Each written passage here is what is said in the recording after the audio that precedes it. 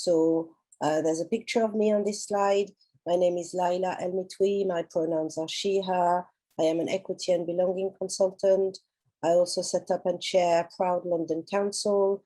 I am Stonewall Lesbian Role Model of the year 2020, and I'm the founder of the conference that you're attending today, Pride in Education, and I'm also the founder of Educating Out Racism.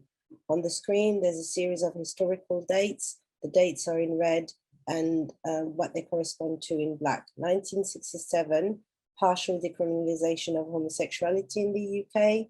1985, men who have sex with men, in brackets MSM, were banned from donating blood, but that was lifted in 2017, so only very recently.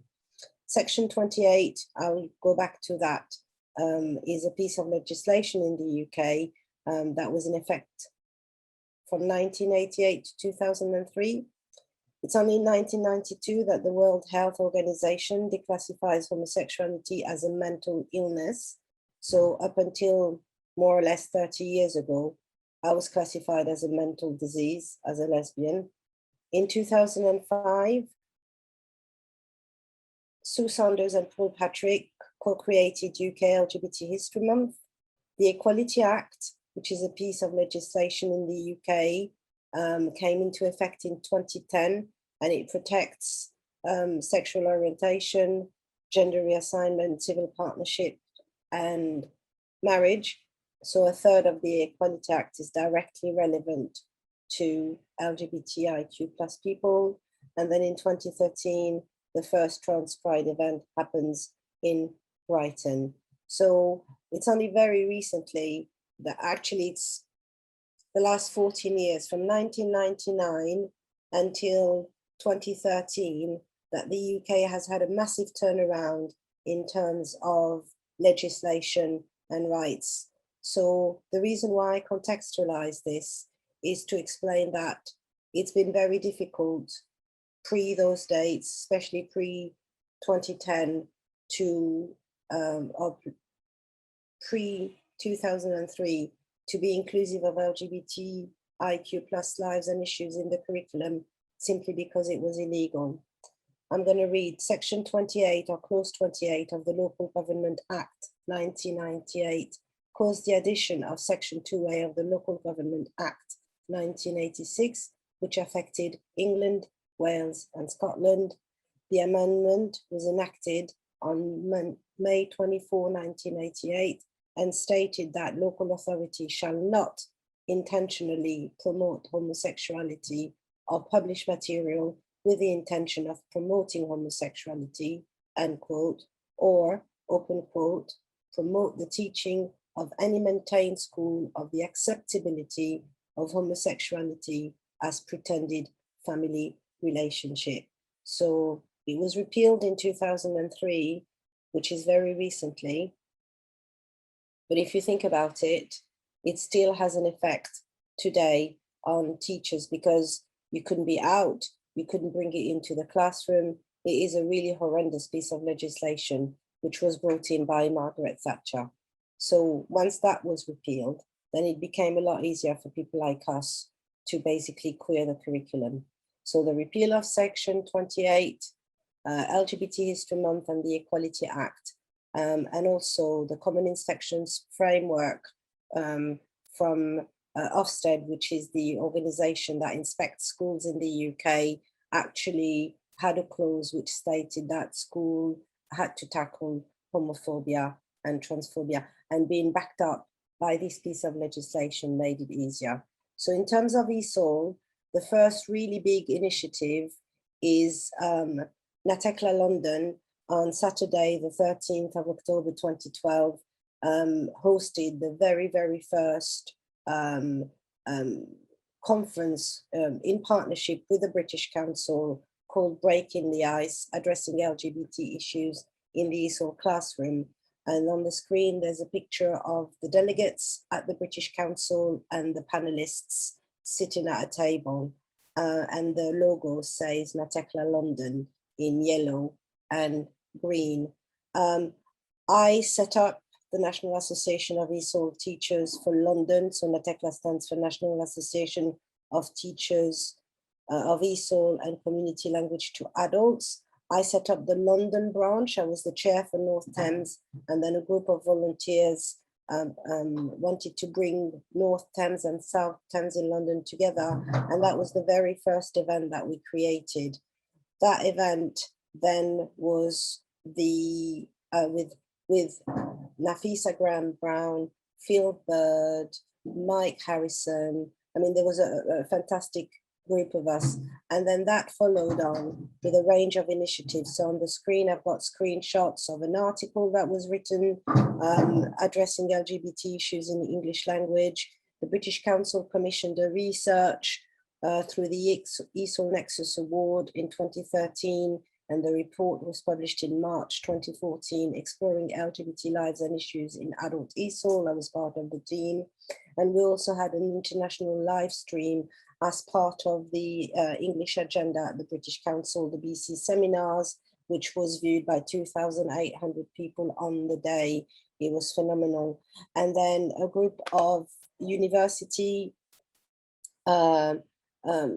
professors, so Mike Bainham, Dr. John Gray, and Melanie Cook, led on a 2-year project called Queer in ESOL towards a culture of politics of LGBT issues in the ESOL classroom. And we had six seminars looking at various aspects of LGBT issues in the ESOL classroom, so visibility, representation, resources, etc., etc. The screenshot, so the next slide is a screenshot of how it can be done in the classroom. So the title says it's not a gay lesson. Then there's the pronoun, and there's a picture of a knife and a fork looking at a pair of chopsticks, and they're asking the chopsticks, so which one of you is the fork?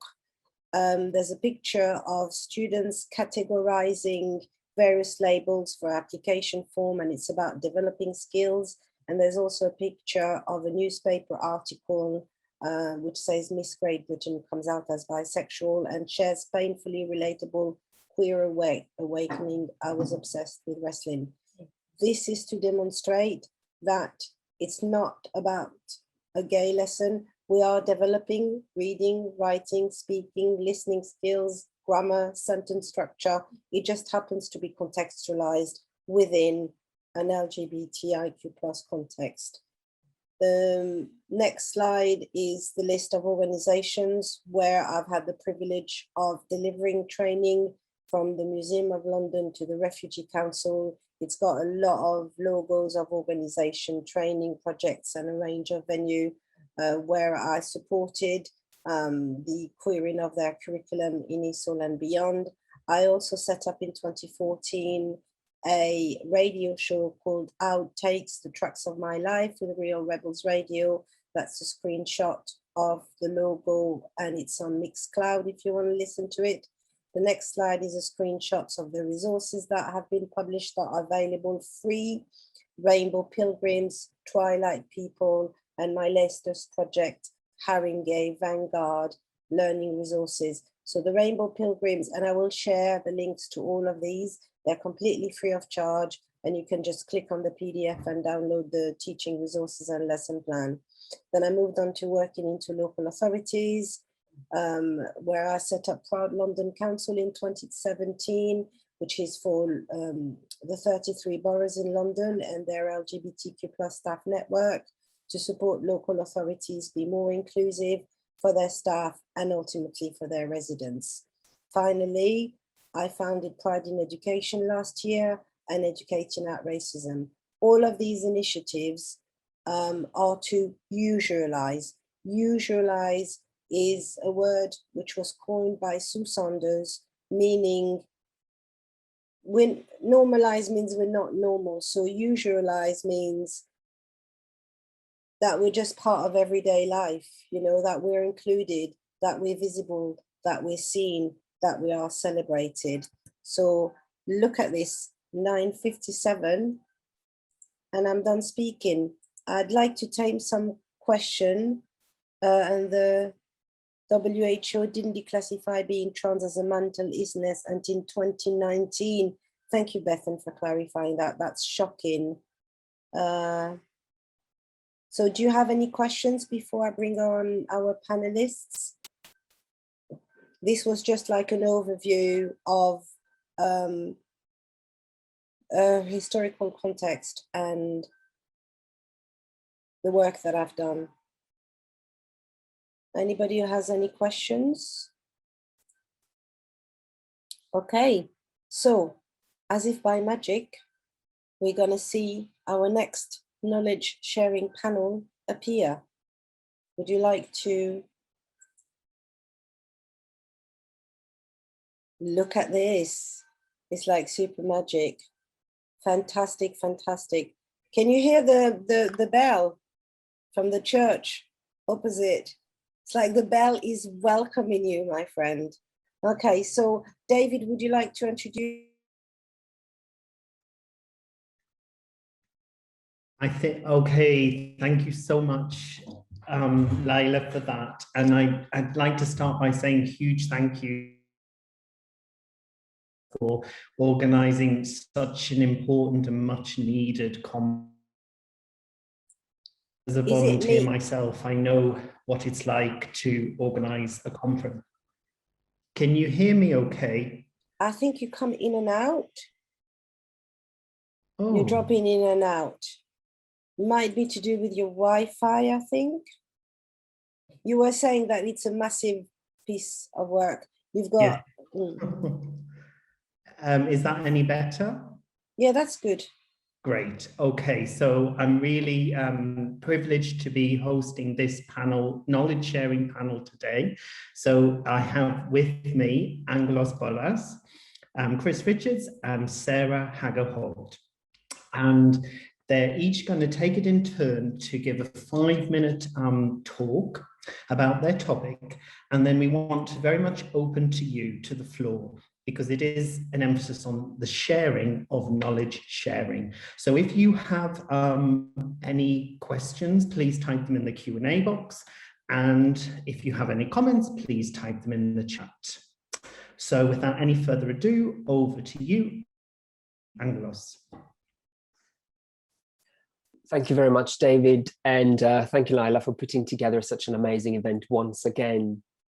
In this short talk, I would like to argue for the need to shift our perspective from inclusion to diversity. The talk is based on an article I wrote for ELTJ earlier this year. I'll post a free access link in the chat at the end of my talk for everyone to access if you want to. So let's start with some definitions. For the purposes of this talk, by using the term heteronormativity, I refer to the fact that particular heterosexual identities, practices, behaviors, and expressions are the accepted norm. By homonormativity, I refer to the replication of heteronormative values by non-heterosexual people. The range of manifestations of heteronormativity in everyday life vary from reading fairy tales to one's daughter about a princess who is looking for her prince, to asking a man who wears a wedding ring the name of his wife.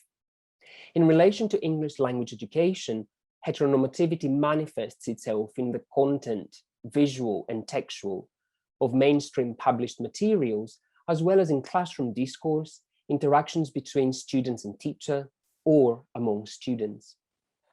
Global coursebooks present almost exclusively heterosexual characters, while classroom language use of the third-person singular pronouns he and she further attest to a heteronormative view of fixed gender identities, boys and girls, men and women.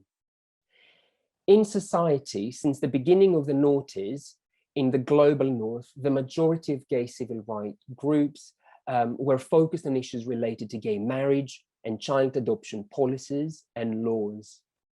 There has been a noticeable shift in contemporary activist agendas. Not only has the subject matter of activists' protests changed, but also the rhetoric that is employed has changed. Rather than celebrating diversity, attempts to normalize difference are observed. This resulted in certain social issues to be overlooked in favor of assimilationist attempts. By definition, to include something means to acknowledge the existence of, and of course unintentionally promote, a commonly agreed upon norm. Therefore, any act of inclusion presupposes an act of exclusion. For each identity or practice that we want to include in learning materials, there is another that is left out. Even within the same category, for lack of a better word, people express their sexualities in diverse, different ways. Therefore, I argue that by attempting to adopt inclusive practices, we always run the risk of excluding certain individuals. As educators, therefore, we find ourselves in a vicious circle whereby we engage in inclusive practices by excluding categories of people. Recent attempts toward inclusion adopt a corrective approach. They acknowledge the existence of a social norm, which for the main part has been heteronormative and to a lesser extent homonormative, and they attempt to demarginalize LGBTQI+ identities by making them part of the accepted reality. Of course, I should clarify that there is nothing inherently wrong with these approaches, and indeed educators who put them in use are commendable. However, these corrective approaches cannot be fully successful, especially when they are applied to specific societies and cultures which tend to be less tolerant, let alone accepting, of difference. I propose that we adopt approaches and practices which celebrate diversity. So by critically considering the notion of inclusion, we allow ourselves to examine the power formations that emerge from inclusive practices, which in turn can be critically challenged as neoliberal practices for the reproduction of exclusion. Who gets to decide who is or should be the norm? And to what cost to those who happen to be ruled out of it? These are just examples of how power formations come into play when we focus on inclusion. Diversity, on the other hand, focuses on the deconstruction of the norm. In other words, an approach that focuses on promoting diversity is an approach that does not aim to expand what is included and accepted as part of mainstream society and culture. Rather, it renounces altogether the very existence of a norm. I'm going to add in the chat box, because my time is up, a link to the article for, that was the wrong chat, for everyone who might want to read it. And David, over to you. Well, thank you so much for kicking off with that, Angelos. So quite a few comments in the chat. If you have any specific questions on Angelos's talk, please type them in the Q&A box, because we'll be coming to those after our next two panelists. So over to you, Chris, for your talk. Thank you, David, and thank you, Angelos, for kicking us off there.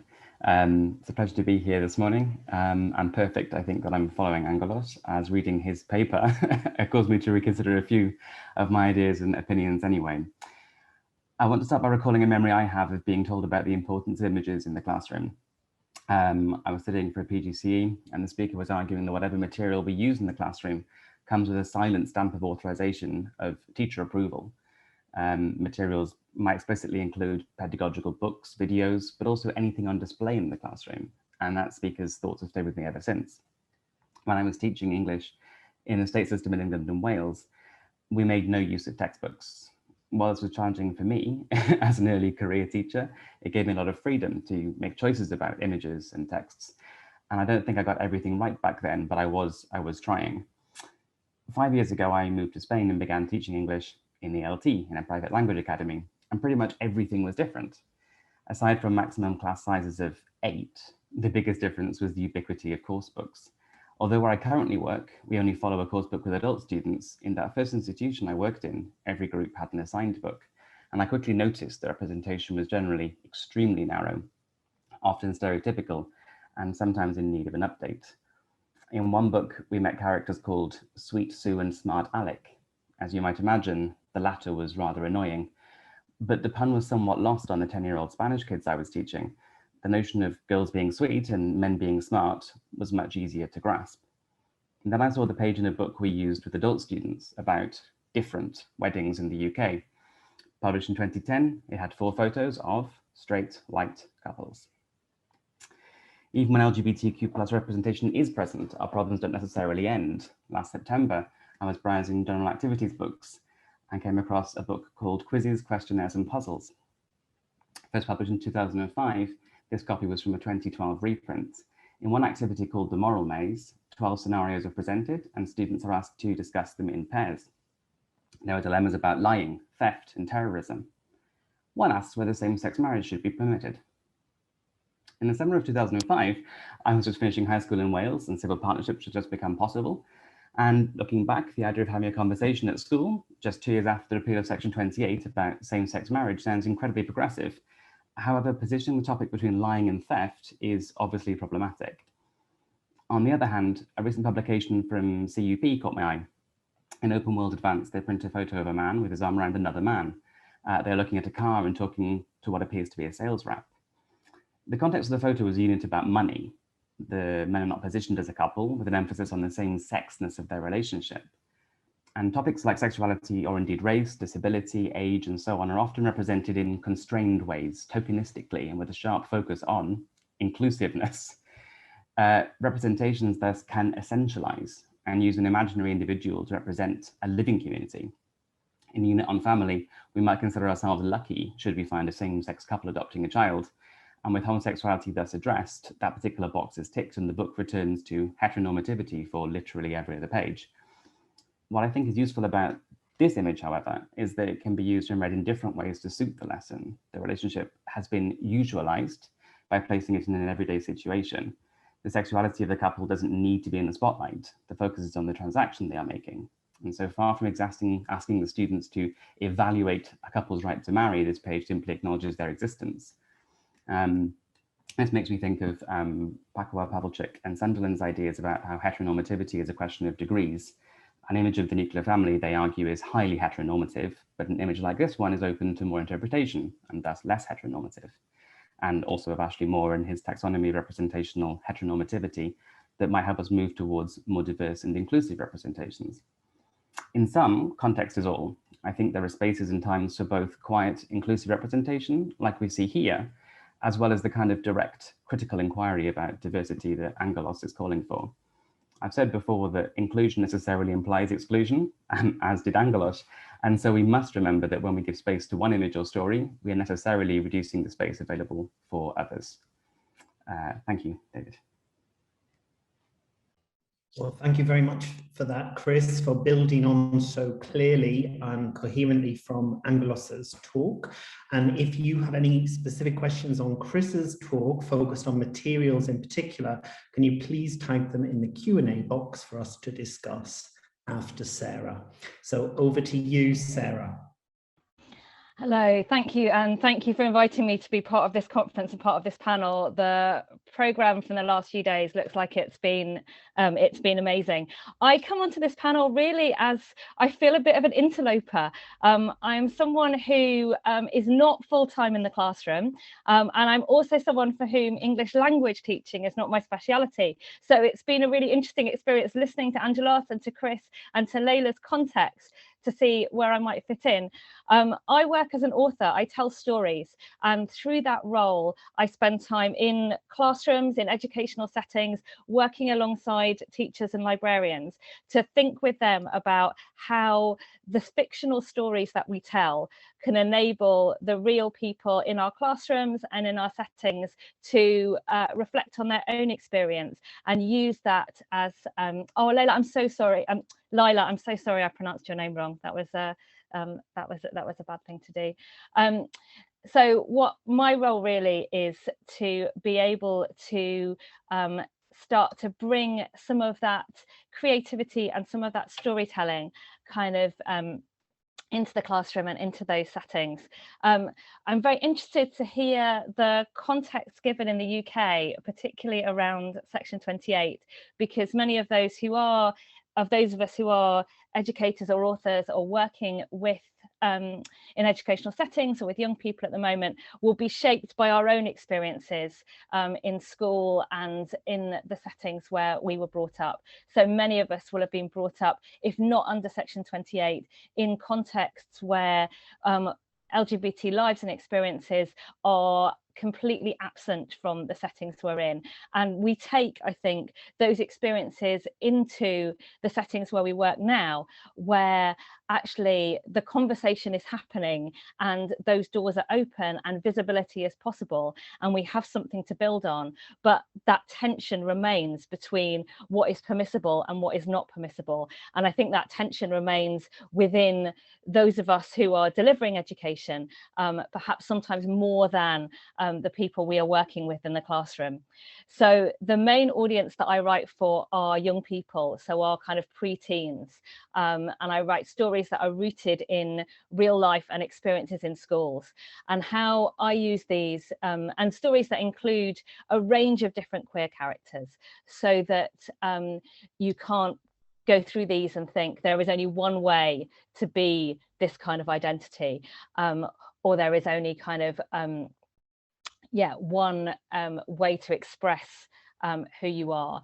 And these stories are often taken by schools. So the context I work in is in the UK and mostly with secondary schools, and are taken by schools to become part of a Pride Month celebration or an LGBT History Month celebration, which is of course a fantastic thing to happen.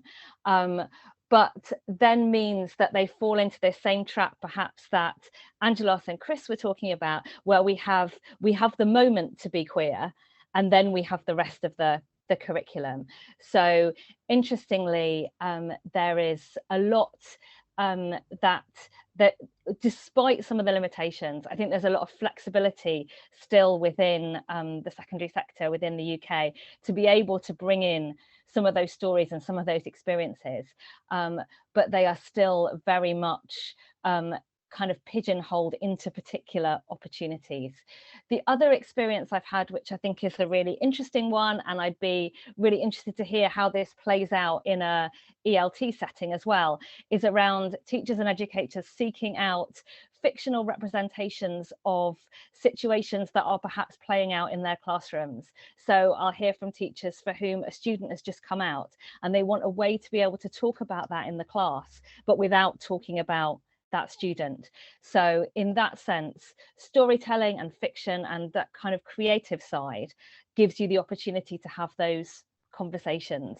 I'd also want to pick up on the point that Lila made earlier on, which is around using the opportunities we have as educators. We are there to build people's skills in lots of ways, as well as to build empathy and visibility, and that actually working with a range of different fictional texts gives the opportunity for the students we work with to build their understanding of language and to build those kind of skills, but within a context of diversity, diverse stories.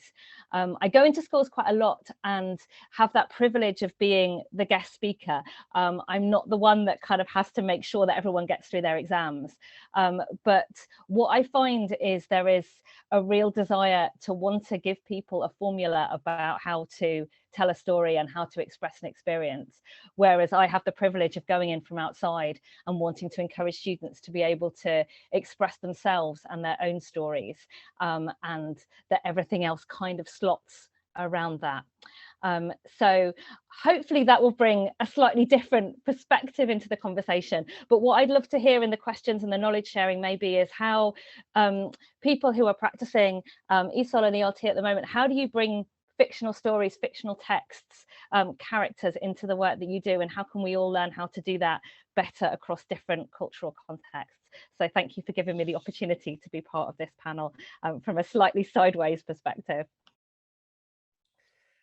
Thank you so much, Sarah. I'm a huge fan of sideways perspectives. So really interesting 3 talks then today. First of all, Angelos, moving beyond inclusion and really amplifying what I like to refer to as diversities, and then anchoring very much in our ELT reality around the world with Chris's talk and the dominance of course book materials and the problems that brings many practitioners. And then another topic very, very close to my heart, which is the use of literature in education, and something that I'm particularly interested in is using literature in ELT. Okay, so as we said at the beginning, this is very much a sharing session. So we'd really like to hear from you. Comments you have, and particularly Q&A, to keep the discussion going and extend it. So please post any questions for Angelos, for Sarah, or Chris in the Q&A box, please.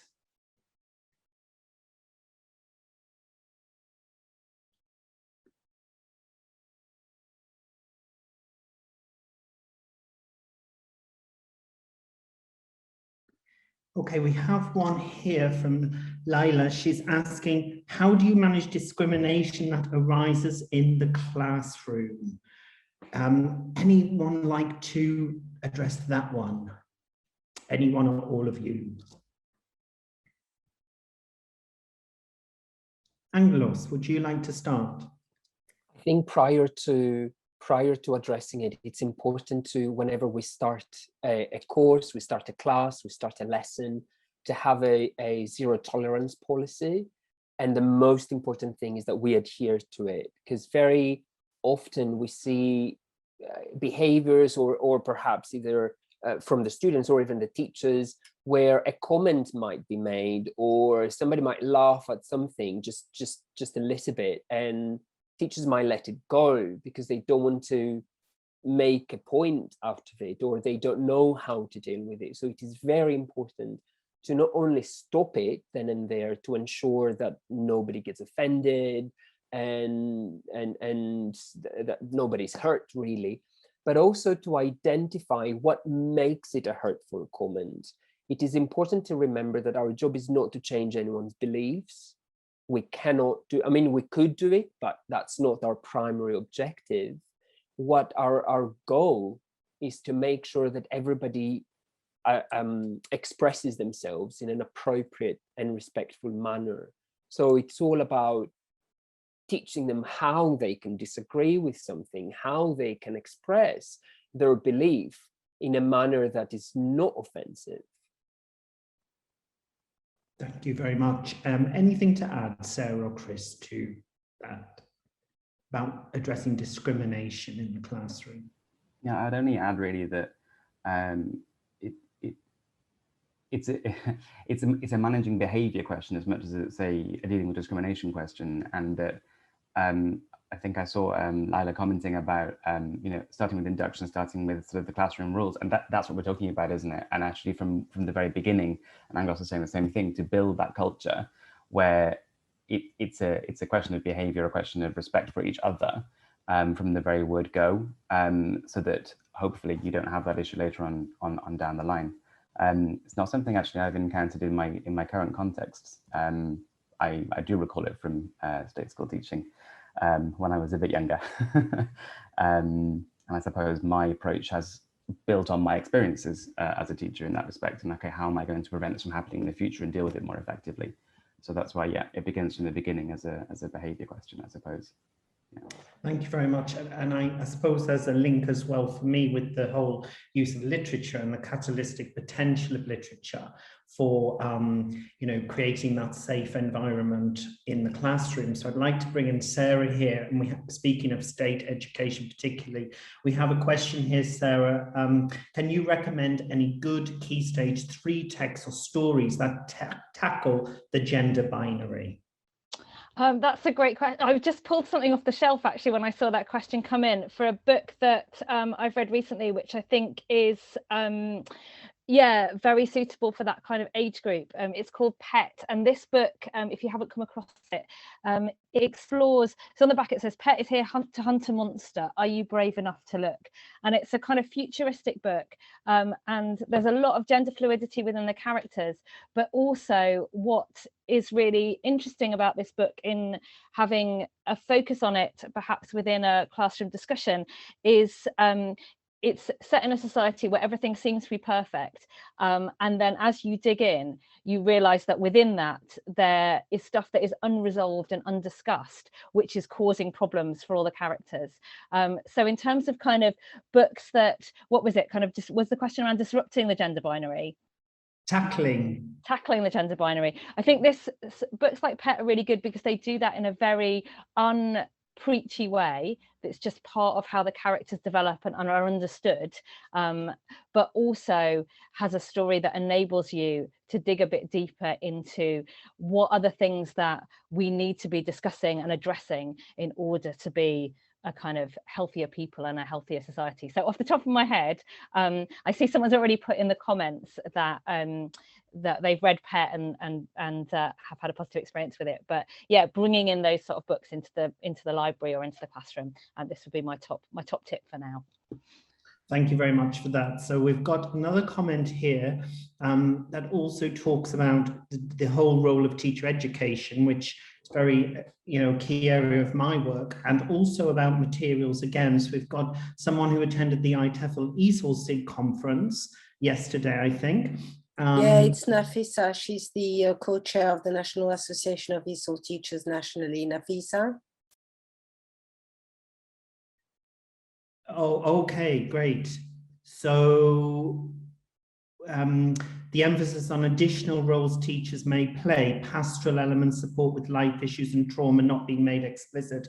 I think this is a key thing that we face in ELT, about the emphasis of our role as being about teaching language. So I just wondered if the panelists would like to say anything there about the wider educator remit that I think is very prominent in mainstream education context, but in our ELT roles is often less prominent and sometimes missing,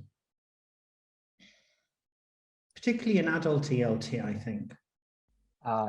If I can start, I saw a comment about talking about initial teacher training qualification, but also in-service teacher training courses.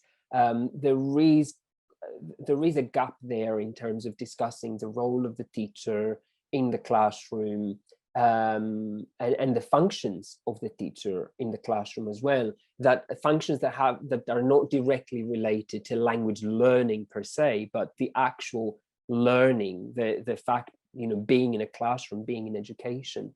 And this, of course, has to do with a number of reasons, those courses being very short, supporting the precarity in our profession and whatnot. But it is important that's why events like this one are important for teachers to have the opportunity to ask questions, to express their concerns, and understand that it's not them. And I see other comments talking about them initiating a discussion or them coming out in the classroom. That's a very heavy duty that teachers shouldn't be even considering. It's all, I'll just take back the discussion to what Lila wrote earlier in the chat about the language, and going back to what we know how to teach. If what we learned as trainee teachers is how to teach language, then we should focus on those language functions that enable us to have a discussion that's not hurtful for anyone. Okay, so what you're saying there, Angelos, is focusing on our role as a language educator, but using that in an empowering way to raise awareness about impact of language and judicious use of language. Chris or Sarah, do you have anything to add to those comments? Do you agree? We've got a question here from Philip around, do you think it's appropriate for LGBTQ plus teachers to come out in their EFL, ESL, with EFL, ESL students and be open about their sexuality in the classroom? And Angelos is, raising particular concerns with that. What are your thoughts or feelings? Well, I think, like everything, context is all. So depending on my relationship with groups, depending on my relationship with students, I may or may not be out, but I don't think there's no rule for anyone, and there's no rule for me either. It depends on what I'm comfortable and what I'm when I'm happy, and the same thing applies to my my straight colleagues. They don't have to tell their students about relationships or lack of relationships. That's an entirely personal decision. I don't think it's a special thing because it's LGBTQ+. It's what's your relationship with your students. When it feels safe, when it feels appropriate, when it feels like it might be useful with my relationship with a group of students, and I have no problem telling them. But I don't think that's an obligation on me, and nor should I pass that obligation to anybody else. Yeah, I just want to find, I mean, thank you for like just taking the words right out of my mouth, this idea of kind of context. I mean, obviously, as I'm not someone who's full-time in the classroom, having that opportunity to sort of build a long-term relationship with my students, I'm in a very different place. But I think that there is definitely elements around context, and also, I guess, elements around how the institution is set up to support people and provide a safe and affirming context for staff to do that, whether they are straight, LGBTQ, whatever aspect of their identity they're sharing. So although it is a personal decision, actually, I think it's probably more of an institutional environment to set, whereby people feel like that whatever decision they make, that their kind of senior management will have their back in terms of doing that. Can I just really second that as well, Sue, because that's exactly the case that where I am, that is entirely the case. Yeah. So I have no problem doing it, because I know that if anything comes back to me, I know I'm completely supported in what I've said and what I've done. So that also feeds into the context as well. You're absolutely right. Okay, thank you for that. Elizabeth is talking about the wider educator role as well. And she's saying, Elizabeth's saying, teachers must be taught empathy and how to promote discussion and critical thinking. So what do you, again, this links to teacher education, which I think has a huge role to play and hasn't really played that very fully in the ELT world. Any comments about that? Empathy, discussion, and critical thinking. Critical thinking and critical inquiry is really important. That's one of the things that we need to engage in as active citizens. And again, in teaching that language, as Angelos was saying, teaching the language to engage in active inquiry, to discuss. That's one of the things that I like to do as well. Is if we've got one of these, what I would maybe refer to as problematic pages in the course book, and if I've got, again, relationships and everything in place, then okay, so let's have a look at this. Let's have a look at this page. What do we think of this page? I'm just going to be quiet. You tell me. Is this a good page? Do you like it? Is this family like your family? Or is this somehow, and again, depending on the context, what is this page's decisions? What is that telling you about the values of the publisher or the editor or the writer or what's being promoted in this book? If we're at that kind of level, then of course that's what we want to be doing. So building towards that, so our more advanced in terms of their language, students can have the capacity to engage in that kind of critical discussion in a second foreign language is, I think, essential. So I think what you're saying there, Chris, is about the need to create the space in the English language classroom for that kind of exploration to happen. And I think when we are extremely narrowly linguistically focused and oriented, often that space is not there. But I think, sorry if I may, but I think that's still functional language, and it's still language that students will need to use if they're going to go on to any kind of more advanced or academic context in using English. So I think it's still linguistically linked, even though it's a broader and maybe a more social use of the language. Yeah. Okay, again, linked to teacher education. Someone here, Jerome, talking about doing CELTA in 2005 in London, and was clearly told that being gay didn't have its place in the classroom. I know of others in ELT with similar behaviors, similar experiences. So I think this is to do with messaging that we get in teacher education programs, and the impact and the long-lasting negative impact that can have on us as teachers. Do any of you want to share? I mean, I know you work a lot with CELTA, Angelos, for example. Have you had any experiences of it coming up in your sessions on CELTA courses, for example? For me, it's inevitable that a discussion like that will sort of will happen, because as I wrote to Jerome, it's being gay is not part of my identity that I can leave out of the room.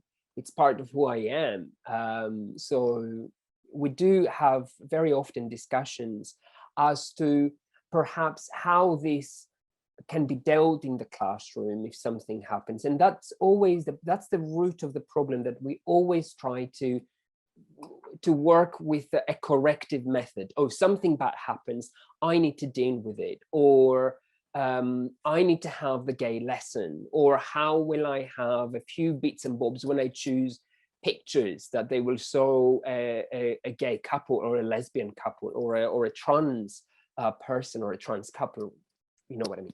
So I think it's important, and that's what I try to say to my trainees, to just try to include, it doesn't matter, it does matter, but for them at that stage, at an initial teacher training course, what I would say is it's not so much about what you're showing, but it's what you do about it.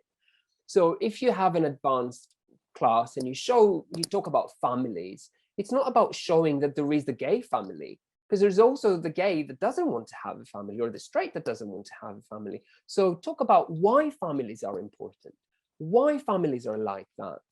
Why do we see throughout history this particular image thrown at us? It's more about questioning what we know without even getting to the LGBTQI+ area at all. It's more about making them, empowering them to just think critically, what you were saying earlier, to question the things they know that they take for granted. Okay, anything to add to that for Sarah or Chris? Yeah, I just want to really echo what that idea around, how we encourage questions when asking about, when looking at kind of topics like family. And I think the other step to that is looking for where perhaps some of the sort of underlying values and commonalities are, that yes, you may be showing a range of images of different types of families, which may include same-sex couples or whatever, but actually what are the underlying values, the commonalities, the things that kind of bring people together, as well as those points of difference. And I think that's where exactly that approach Angelos is talking around encouraging people to bring and ask their own questions, is a way then, obviously, as the person sort of facilitating that discussion, you have a way of leading it and developing it, but being kind of enabling those questions to kind of rise up feels like a really effective approach. Okay, thank you for that. I'd like to go back to that question around discrimination in class, because I think it is a very challenging area for many teachers. And going back to Nafisa's comments, who's talking about people who have different experiences of appropriate and legal, and worrying about the use of zero tolerance as a way of shutting down conversation and cancelling people without exploring where their comments come from, etc. So would any of you like to come back to this area of discrimination and how, I think what Nafisa is talking about there is learners coming from different positions into the classroom, and they're bringing their context with them inevitably into that English language learning environment. I'd like to make, I guess, a quick comment, less around the sort of English language learning environment, but more around that people bringing their own context into the classroom. Because I know certainly in the UK, there is often this positioned faith versus LGBT inclusion sort of, what's the word I'm looking for? Like opposition, this created opposition and actual opposition in lots of cases. And for somebody who is a person of faith and is also LGBT and creates these characters and writes these stories, for me, it's very important that we don't fall into that trap of compartmentalizing all these different identities, and that we are looking at those together. So for me, when I'm creating characters in both books, and in the one that I'm writing at the moment, there are opportunities for characters who hold a particular faith to talk about their values and their faith and how that kind of relates to their life, and for those to be real rounded characters, as well as the characters who are LGBT who are real and rounded, and those characters who hold both those identities. And I think it's it's not an easy context to work with, particularly in an environment where those are the dominant values, and that there are a lot of misconceptions around what how LGBT inclusion in the classroom might work. But I think to be able to, perhaps again, sort of fiction gives another opportunity to sort of engage with those in a safe way, where you're looking at what a character is saying to another character.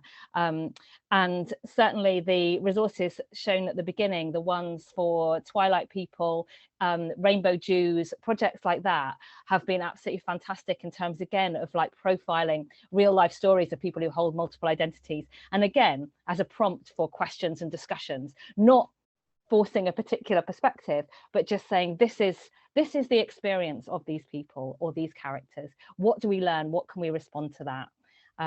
But I felt it was really important to kind of recognize that many of us will hold those multiple identities. Thank you very much for that, Sarah. So linked to what you've been saying, we've got a comment here from Ron, who's saying, I'm a self-confident gay Jewish professor at a major German university. I feel that I must, capital letters, always try to be a positive role model for my students and fellow teachers in the EFL world and on social media. That's an interesting point about social media. No one in my EFL world would dare to corner me into a negative exchange, because I do not allow my sexual identity to be part of their negative conversation. So would you like to say anything, anybody on the panel, about social media and also the professional online networks in ELT and being in negative exchanges? Any comments, reactions, feelings to Ron's comment? If I can quickly say that I use social media for professional reasons, and I make sure that there is a lot of visibility as to not only my own LGBTQ+ identity, but the fact that it's a safe space. The reason why I do it is not only to share relevant things with colleagues around the world. It's also that very often my trainees might want to find me on social media, or sometimes they do look me up, or my learners. And very often by seeing that, they understand that I'm a safe person to come and talk to. And I've had numerous people coming to me saying, I'm gay, but I haven't come out, I'm still in the closet. People who live in countries that being gay is punishable by death have been able to come and share their experiences with me. And that's really important for them to know that there is this person that I can talk to, even if that's just knowing that, okay, I'm not alone out there. The same is true for colleagues as well, not just learners and trainees. Okay, so again, the potential of social media for safe space creation. I think that theme is the theme of space is something coming up for me quite a lot. Anything to add to that, Chris or Sarah, on social media and Ron's comment about, the not having the negative exchange?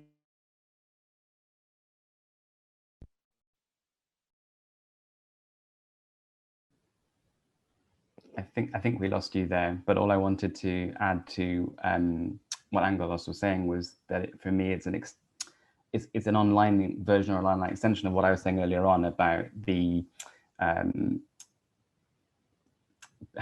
being outness is what Angelos was saying, like you're identifying yourself as a safe person to speak to, and likewise I have similar experiences with groups of students that know my identity, and then people coming out to me as well.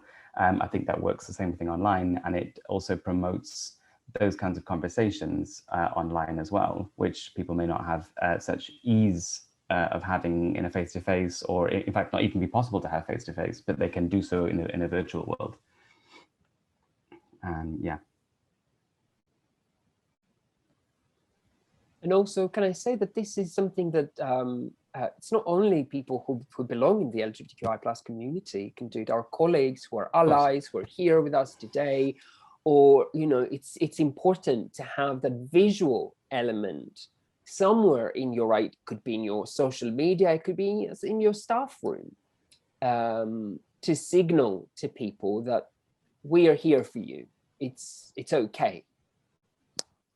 And just to add very briefly to that, because I think that's, yeah, it's really important to kind of bring in that idea of allyship. So this isn't just a conversation for LGBTQ plus people, but also for allyship within the community. So I'm cis, but my writing includes trans characters. And in a way, like, I get a very tiny amount of social media flack compared to my trans friends and people that I've worked with.